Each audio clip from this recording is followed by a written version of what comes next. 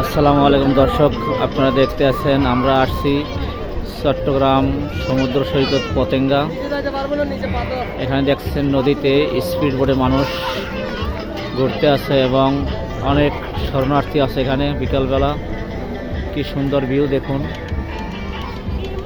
এই জায়গাটা Chittagong Patenga sea beach সমুদ্র সৈকত।